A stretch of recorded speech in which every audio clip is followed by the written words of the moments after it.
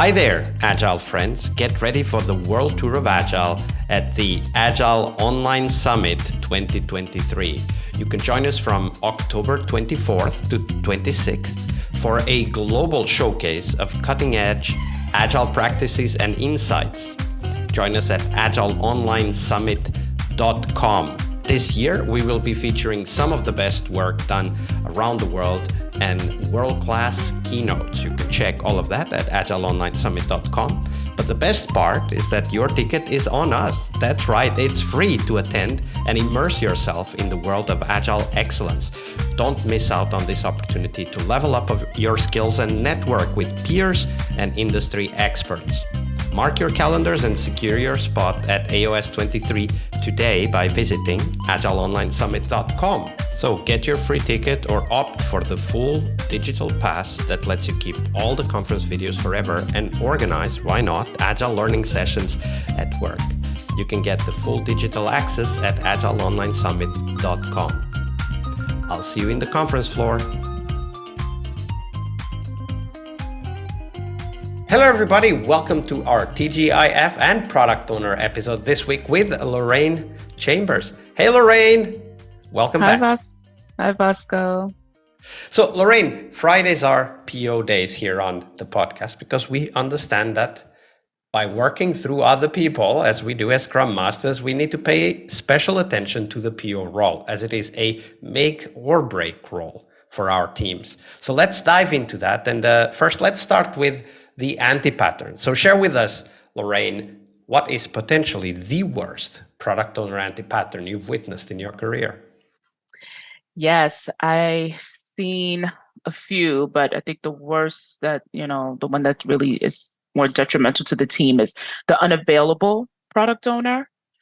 I worked with a product owner that was really stretched thin, stretched across multiple teams, had a lot of client engagement and interactions that overlapped with a lot of the sprint and the Scrum events.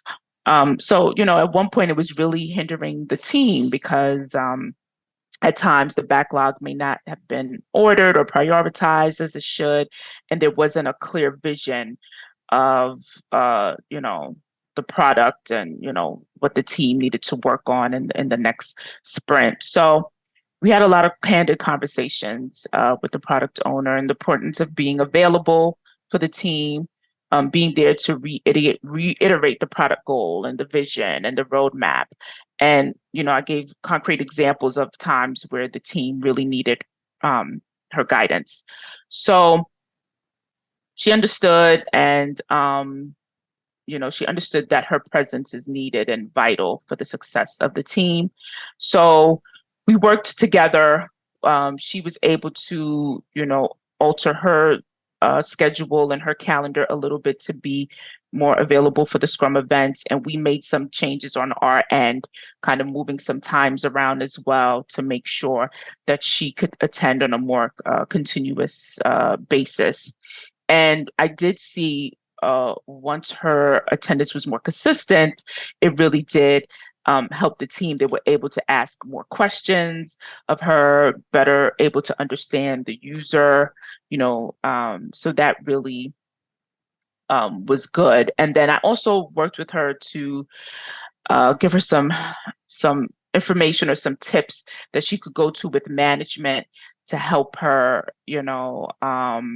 clear up her schedule a little bit and get her some help with those clients so that she could be more available for the team. So that's been working out very well. I think one of the key aspects here in this story is that no product owner wants to be a bad product owner or an anti-pattern. Absolutely. And we need to start, we as Scrum Masters, we need to start from that perspective, because if we don't, we can't help them.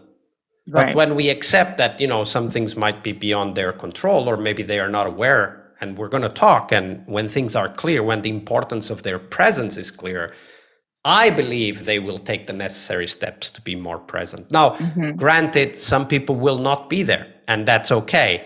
But when we start with this perspective, we have the opportunity to help this PO and to help the team through helping the PO. And I Mm-hmm. really helped this.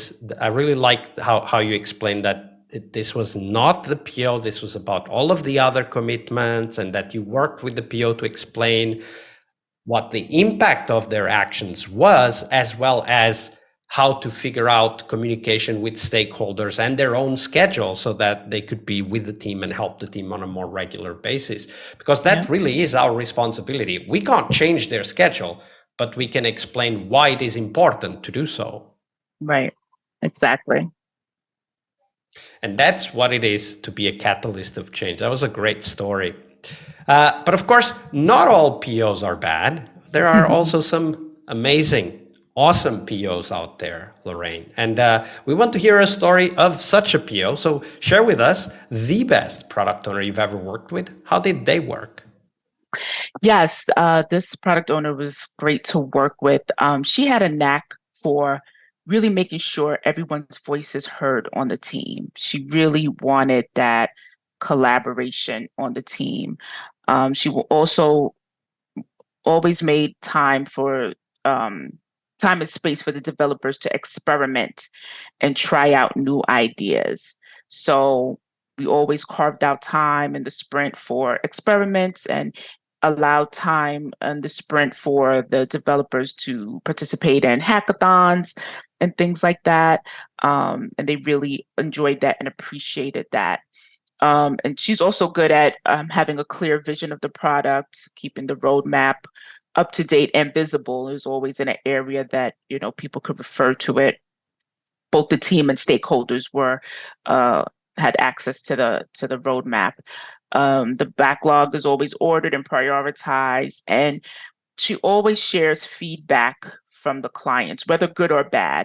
The feedback is always shared with the team. And I thought that was great too, because that keeps the team motivated because, sometimes the developers, they might have their head down, they're doing some work and they really don't know what happens. Sometimes they don't know what happens after they may release a feature or something like that. So getting that feedback, hearing that feedback firsthand, I thought was quite motivating for the team. And she always does that. And she loves to praise. She always finds opportunities for kudos and praise and thank you. She's always thanking people. So it really, really helped with the morale on the team.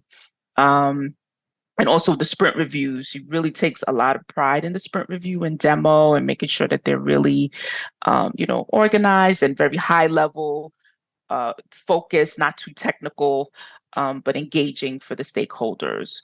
So she was a great example of a product owner.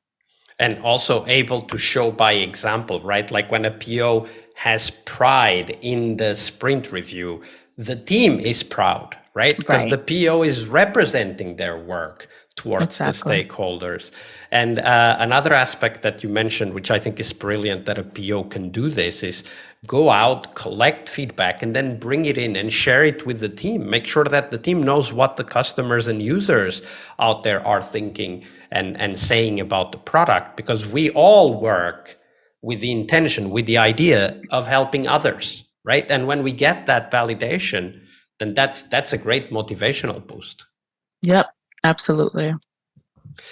Do you know where this PO got all of these skills? Is that something that is natural in her, or is that something that was kind of helped through training and coaching and mentoring? I really think it was the latter, really helped through training and coaching. She's a person that always strives to do better. So, she would spend some time on her own, like reading through things or attending guilds and things like that. Like she always wants to improve. She always wants to do better. The company that she works for has a lot of in-house training and workshops and career development for product owners and developers. So she would take advantage of any trainings and workshops and really just take advantage of that. And I coached her as well on engagement with the team and so forth. And she really took those things in and ran with it. So yeah, it took time. It took over time. She grew into this great product owner. Absolutely. And that's another aspect, is that we as Scrum Masters can help the POs grow, right? And Right. we have the link to the Coach Your PO Yes. course in the show notes. And that's a very important, how do you say, catalyst for the performance of the PO, because not everybody knows how to act within a team. Yeah. Not all POs understand the communication of a vision, or even defining a vision is not that easy. It takes work, it takes effort.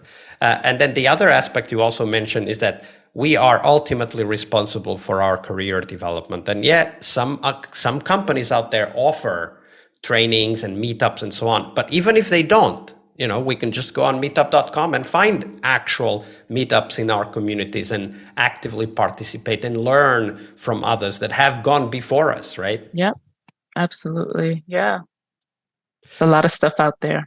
Absolutely. And we need to take responsibility over our careers, just as this PO that Lorraine was describing did. Lorraine, we're getting close to the end, but before we go, do share with us, where can people find out more about you and the work that you're doing? Yeah, so I'm on LinkedIn, Lorraine Chambers. If you look me up, you should be able to find me. Also, I'm on Instagram. My Instagram handle is Don't Go Chasing Waterfall. Which is a brilliant handle, by the way. So kudos on that. Thank you. A famous song from the 90s. So it's play on words. So Don't Go Chasing Waterfall. There's dots in between each word. But yeah, I'm there. I'm happy to connect. Would love to connect with more in the Agile community. So feel free to reach out. Absolutely. And we'll put the link to Lorraine's LinkedIn and Instagram page also on the show notes, so that people can go and check out her work. And why not follow up with some questions after you listen to these episodes. Yes. Lorraine, it's been a pleasure. Thank you very much for sharing all of that knowledge with us, and for your generosity with your time and your knowledge. Thank you so much, Vasco. I really appreciate it. Thank you. One more week of the Scrum Master Toolbox podcast is over, but there's a lot more we have to share. We have developed our own membership site where you find a community of active and engaged Scrum Masters. In this site, you get access to exclusive content and get to interact with us, your podcast hosts, as well as the best Scrum Masters in the world. So join us at scrummasterpodcast.com and keep this podcast free of advertising. See you next week for one more full week of Scrum Master tips and tricks. We really hope you liked our show. And if you did, why not rate this podcast on Stitcher or iTunes? Share this podcast and let other Scrum Masters know about this valuable resource for their work. Remember that sharing is caring.